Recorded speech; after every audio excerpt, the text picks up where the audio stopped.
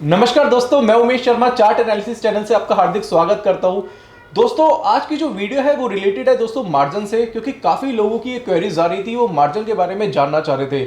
जैसे कि दोस्तों आपको पता है सितंबर से मार्जिन पूरी तरीके से खत्म हो जाएंगे और मार्च में ही दोस्तों जो मार्जिन है वो आधे रह गए हैं, यानी कि जो पहले आपको लिमिट मिलती थी वो दोस्तों बिल्कुल आधी रह गई है। अब यहाँ पे बात करेंगे दोस्तों, तो हमने यहाँ पे इनवाइट करा है मिस्टर नरेश लांबा जी को, जो एसोसिएटेड है चॉइस ब्रोकिंग से। और साथ साथ दोस्तों आपको अगर ब्रोकर ही अपने मुंह से सारी चीजें बताए वो ज्यादा बेटर रहेगा, क्योंकि आपको मार्जिन से रिलेटेड जो जानकारी मिल रही है वो यूट्यूब चैनल से मिल रही है। और यूट्यूब चैनल पे दोस्तों आपको पता ही है, कहीं दोस्तों आपको आधा अधूरा सीखने को ना मिल जाए, तो हमने बेटर ये था कि हमने डायरेक्टली ही इन्वाइट करा है मिस्टर नरेश लांबा जी को। वो ब्रोकर ही आपको बताएगा तो ज्यादा बेटर रहेगा। तो यहाँ पे मैं वेलकम करता हूं मिस्टर नरेश लांबा जी को, और नरेश लांबा जी से मैं क्वेश्चन करूंगा कि वो थोड़ा सा मार्जिन के बारे में बताएं। सबसे पहले मैं आपका बहुत बहुत धन्यवाद करना चाहूँगा उमेश जी, इनवाइट करने के लिए। और जैसा कि इन्होंने बताया, चॉइस ब्रोकिंग से मैं एसोसिएटेड हूँ 5 साल से करीब, और दिल्ली ब्रांच में ही हूँ। तो उमेश जी का क्यूरी था कि हमारे व्यूअर्स को थोड़ा सा बताएं मार्जिन के बारे में, कि नया मार्जिन जो अभी इम्प्लीमेंट हुआ है, सेबी ने किया है, वो अच्छा है या बुरा है, क्या प्लस माइनस, और बेस्ट यूटिलाइजेशन उसका कैसे कर सकते हैं। तो दोस्तों मैं आपको बताना चाहूँगा एक चीज़, आपको भी ध्यान होगा मार्केट के अंदर 95% जो ट्रेडर हैं वो पैसा लूज करते हैं, और उसका एक मेन रीज़न जो होता है वो ओवर लिवरेजिंग होता है, यानी कि ब्रोकर का मार्जिन यूज़ करके आप उस पर ट्रेड करते हैं। ब्रोकर तो आपको मार्जिन दे देगा, लेकिन जो प्रॉफिट या लॉस होने वाला है वो उसका आपका ही है उसमें, राइट। फॉर एन एग्जाम्पल, आज गोल्ड का रेट 50,000 चल रहा है और गोल्ड का जो मार्जिन है वो 5 लाख रुपए है। पहले क्या होता था, 50,000 रुपये आपके पास में है तो ब्रोकर आपको 10 टाइम लिमिट देके 1 किलो गोल्ड परचेज करने के लिए अलाउ करता था, राइट। अब गोल्ड के अंदर 1-2% का मूवमेंट जो है दिन में, वो आम बात है। तो जहाँ पे आपने गोल्ड बाई किया 50,000 पे, और 49,500 अगर गोल्ड आ गया, 500 रुपये भी टूट गया, तो 50,000 आपका पैसा खत्म है और ब्रोकर आपकी पोजीशन काट देगा, तो उसमें 100% लॉस आपका है। तो जो मेन एक रीजन था ओवर लिवरेजिंग का, वो जो एडिशनल मार्जिन था वो था, ठीक है। तो मेरे हिसाब से ये स्टेप जो लिया है सेबी ने, वो एक रिटेल इन्वेस्टर के लिए अच्छा है, कहीं ना कहीं उसको बचाएगा। तो इसके बारे में मैं यही कहूँगा। बट इसमें भी आप बहुत सी चीज़ें हैं जो मार्जिन बेनिफिट अभी भी आप कंटिन्यू कर सकते हैं, बट उसके अंदर उसके लिए आपको काफ़ी कुछ मार्केट से सीखना पड़ेगा। लाइक जैसे आप हेजिंग करेंगे तो आप मार्जिन पिछले 6 महीने से बहुत कम हो गया है हेजिंग के अंदर। पहले 100% मार्जिन लगता था। अभी हम ऑप्शंस के बारे में बात करेंगे, ऑप्शंस के साथ में कैसे आप हेज करके काम कर सकते हो और कम मार्जिन का बेनिफिट अभी भी आप ले सकते हैं। तो यहाँ पे नरेश जी, मैं आपसे जानना चाहूंगा कि अभी मार्जिन फिलहाल ब्रोकर कितना प्रोवाइड कर रहा है, क्योंकि आपको पता है जो मार्जिन है वो से जितने भी ब्रोकर हैं, चाहे वो डिस्काउंट ब्रोकर हो, फुल सर्विस ब्रोकर हो, वो सेम मार्जिन ही प्रोवाइड कर रहे हैं। तो अभी मार्जिन लोगों को कितना मिल रहा है? एट प्रेजेंट अगर कैश मार्केट की बात करें तो उसमें अप टू 10 टाइम्स मार्जिन है। लाइक ए कैटेगरी स्टॉक में आप ट्रेड करते हैं तो उसमें 10 टाइम लिमिट आप इंट्राडे में यूज़ कर सकते हैं, डिलीवरी में 1 टाइम है, राइट। और F&O में अगर फ्यूचर एंड ऑप्शंस की बात करें अक्रॉस द सेगमेंट, लाइक चाहे वो MCX हो, NCDX हो, या आपका इक्विटी F&O हो, या ऑप्शंस फ्यूचर हो, तो उसके अंदर अभी जो इंट्राडे लिमिट है वो 2 टाइम है मैक्सिमम, और कैरी फॉरवर्ड में जो पहले से भी 1 टाइम थी वो अभी भी 1 टाइम ही है।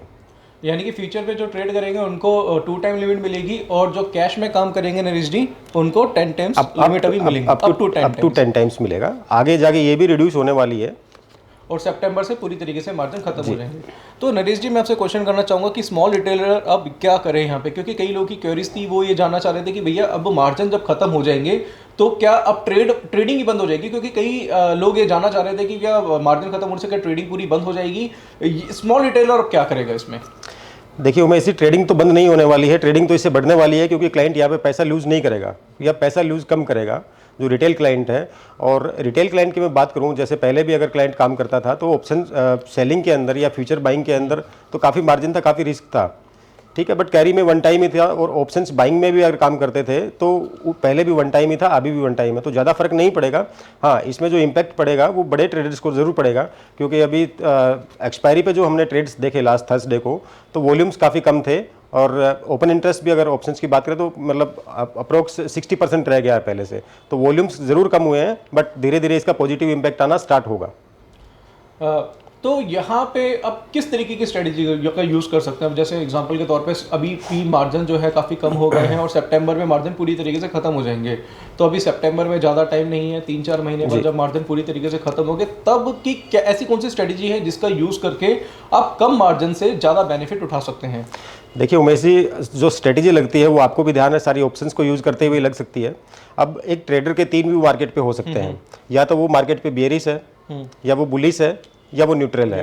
हाँ। ठीक है, तो इसी तरह इन तीनों चीज़ों को माइंड में रख के कोई स्ट्रेटजी बनाई जाती है, और जिसके अंदर मार्जिन कम लगे तो उस तरह की कुछ स्ट्रेटजी हम लोग डिस्कस कर सकते हैं।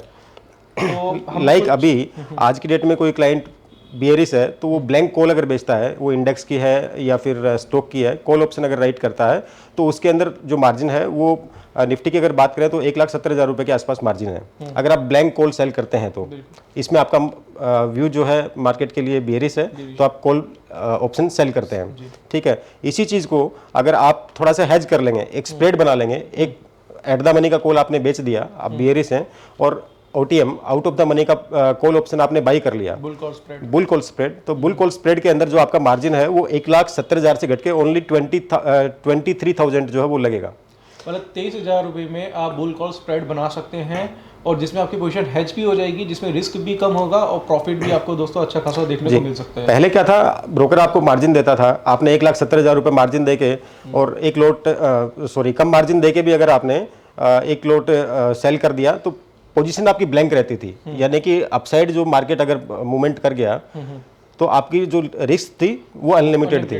अब आपने ऊपर की कॉल बाई कर लिया है तो आपका रिस्क भी कम हो गया है और मार्जिन भी कम हो गया। तो मेरे हिसाब से ये जो स्टेप है सेबी का वो अच्छा है।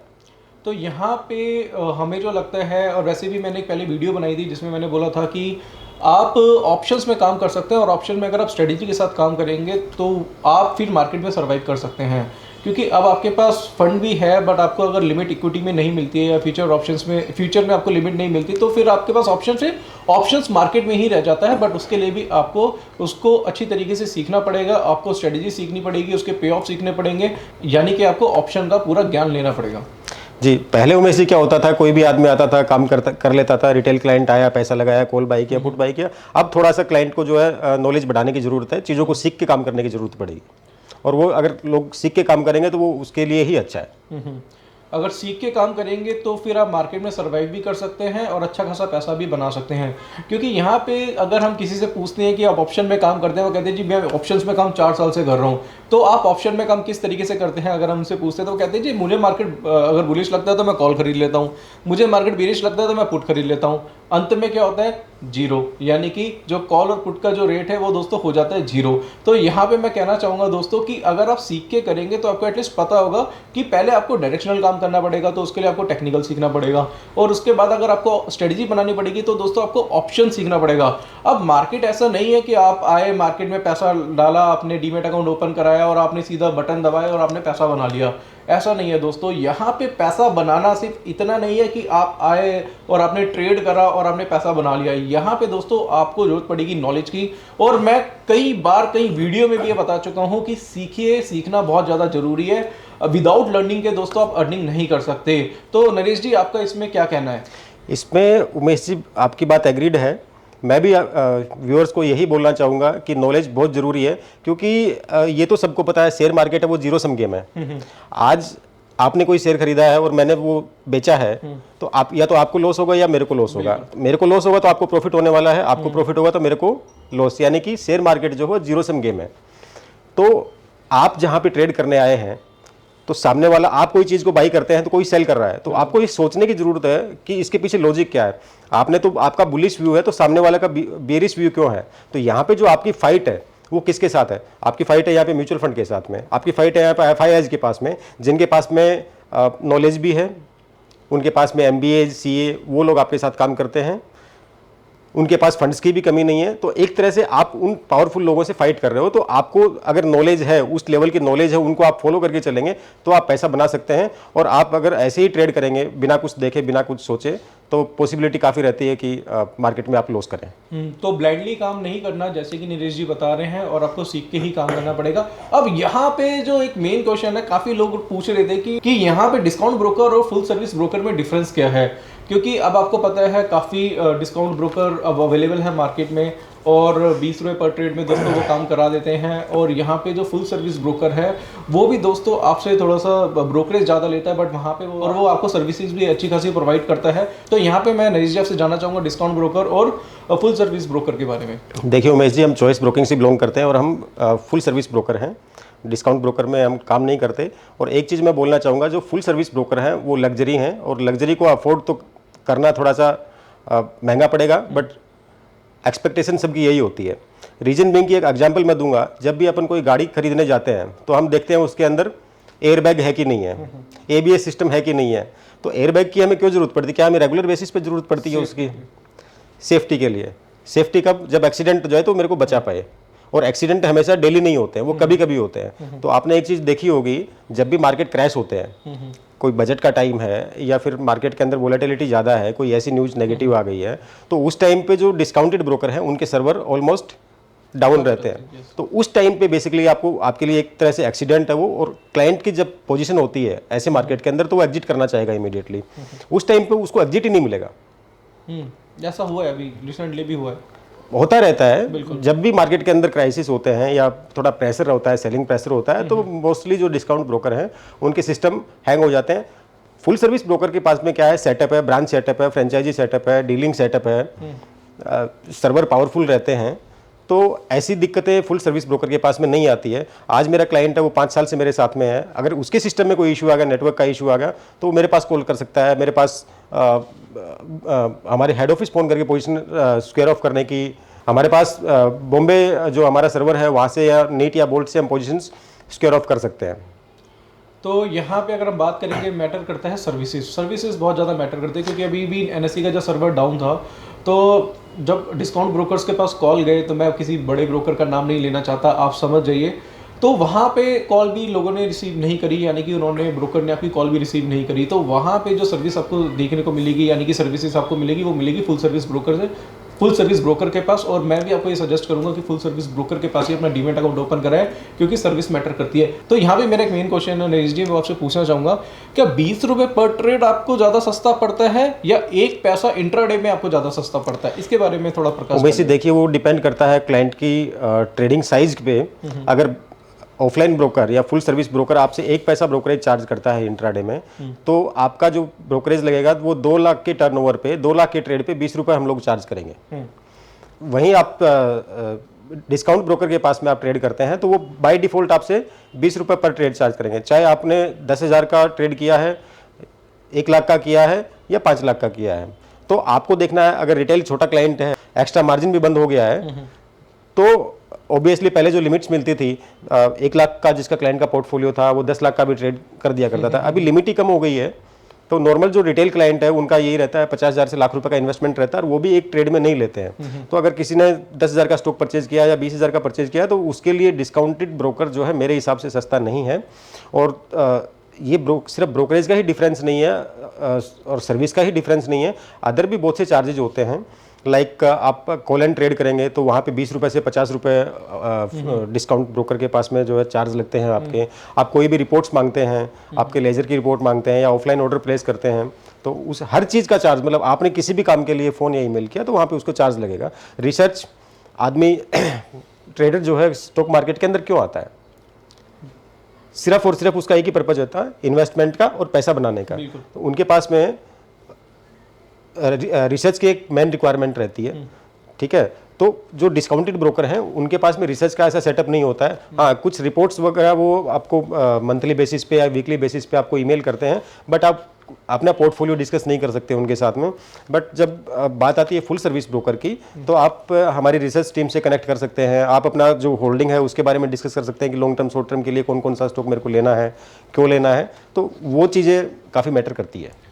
तो यहाँ पे बात आती है सर्विसेज की, और तो यहाँ पे मैं आपको ये बोलना चाहूँगा कि डिस्काउंट ब्रोकर और फुल सर्विस ब्रोकर को अगर आपको चुनना है तो बेटर ये है कि आप फुल सर्विस ब्रोकर को चुनिए, क्योंकि यहाँ पे अगर आपका जो फंड है अगर 50,000 से 1 लाख तक का है तो आपके लिए फुल सर्विस ब्रोकर ही बेटर रहेगा। और आपका फंड अगर ज़्यादा है, इससे ज़्यादा है, तो फिर आप चाहे तो डिस्काउंट ब्रोकर की तरफ मूव कर सकते हैं। हम ये नहीं कह रहे कि डिस्काउंट ब्रोकर बुरा है या फुल सर्विस ब्रोकर काफ़ी अच्छा है, बट यहाँ पे बात आती है सर्विसेज की। और दोस्तों आपको भी पता है, आपके भी अकाउंट्स ओपन है, तो आपको पता है कि कौन ब्रोकर है, कौन सा ब्रोकर है जो आपको अच्छी सर्विस प्रोवाइड करता है। तो यहाँ पे नरेश जी मैं आपसे क्वेश्चन पूछना चाहता हूँ जी। आपके इतने सारे क्लाइंट्स हैं, आप EVP की पोस्ट पे हैं चॉइस ब्रोकिंग में, आप अपने क्लाइंट से बात करते हैं, जैसे कि आपके काफ़ी क्लाइंट्स हैं, वो आप जैसे कहना है कि 5 साल से मेरा एक क्लाइंट है, मैं उनके साथ एसोसिएटेड हूँ, और ये भी हो सकता है कि उन क्लाइंट का जो पोर्टफोलियो साइज़ है वो थोड़ा सा अच्छा हो सकता है जी। जिस क्लाइंट के पास 10,000 रुपये उसके अकाउंट में, वो आपको कॉल करता है, तो क्या आप उनसे बात करते हैं? बिल्कुल। मेरे लिए सर्विस पार्ट की बात करूँ तो 10,000 वाला क्लाइंट भी उतना ही इंपॉर्टेंट है जितना 10 लाख वाला इंपॉर्टेंट है। मेरी ब्रांच के अंदर जब भी कोई क्लाइंट का फ़ोन आएगा तो हम सभी क्लाइंट्स को वैसे ही उसी लेवल पे सर्विस देते हैं जो एक बड़े क्लाइंट को भी जो देते बड़े हैं। क्लाइंट को देते हैं। तो यहाँ पे जितने भी क्लाइंट्स हैं वो सब सेम है। और अगर कोई प्रॉब्लम आती है, किसी क्लाइंट को किसी तरीके की क्वेरी आती है, तो बहुत से ऐसे ब्रोकर हैं जो उनके पास एक नंबर वो प्रोवाइड कर देते हैं, बट जब कॉल किया जाता है तो कोई कॉल नहीं उठाता। यहाँ पे अगर आपके ऑफिस का भी अगर नंबर दिया जाता है तो वहाँ पे क्या सिस्टम है बेसिकली, मतलब क्या वो कॉल अगर कोई नहीं उठाता तो दूसरे के पास जाती है, या बेसिकली होता क्या है? क्योंकि सर्विस मैटर करती है, और जब अगर मैं क्लाइंट हूँ, मुझे कोई प्रॉब्लम आएगी तो मैं ब्रोकर को कॉल करूंगा, बट मेरा कोई कॉल नहीं उठाएगा तो फिर मैं क्या करूंगा उसमें? क्योंकि कई ब्रोकर ऐसे करते हो, कहते हैं मेल करो। अब कई ऐसे लोग हैं जिनको मेल ही नहीं करनी आती, कई ऐसे ट्रेडर हैं जो मेल नहीं कर सकते, इतने ज़्यादा पढ़े लिखे नहीं है, उनके लिए क्या एक्चुअल में? उमेश जी, हमारे यहाँ पे ऑफलाइन जो ट्रेडिंग होती है वो ब्रांच में हमारी डीलिंग टीम रहती है।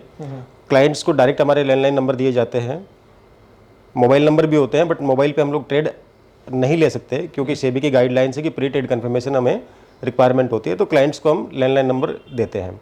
दूसरा जो हमारी मोबाइल एप्लीकेशन है जीफी, उसके ऊपर ही भी कॉल एंड ट्रेड का ऑप्शन है, जो IVR से कॉल ट्रांसफर होकर सबसे पहले हमारी ब्रांच में आएगी, अगर क्लाइंट मेरी ब्रांच से बिलोंग करता है तो, अदरवाइज फिर वो कस्टमर केयर के पास जाती है। तो यहाँ पे दोस्तों आपके जितने भी क्वेश्चंस के आंसर थे वो आपको मिल गए होंगे, क्योंकि आपके जो क्वेश्चंस थे वो थे मार्जिन को लेके, और मार्जिन को लेके दोस्तों आप काफ़ी कुछ जानना चाह रहे थे। तो यहाँ पे हमने डायरेक्टली इन्वाइट किया हुआ है नरेश जी को, और इन्होंने आपके जो सवालों के जवाब हैं वो भली भांति आपको दे दिए हैं। बट फिर भी दोस्तों अगर आपको कोई भी डाउट रहते हैं तो नीचे नंबर है मेरा, आप उस पर कॉल करके आप पूछ सकते हैं, जो भी आपको डाउट है, जो भी क्वेरी है, आप वहाँ पे कॉल करके पूछ सकते हैं।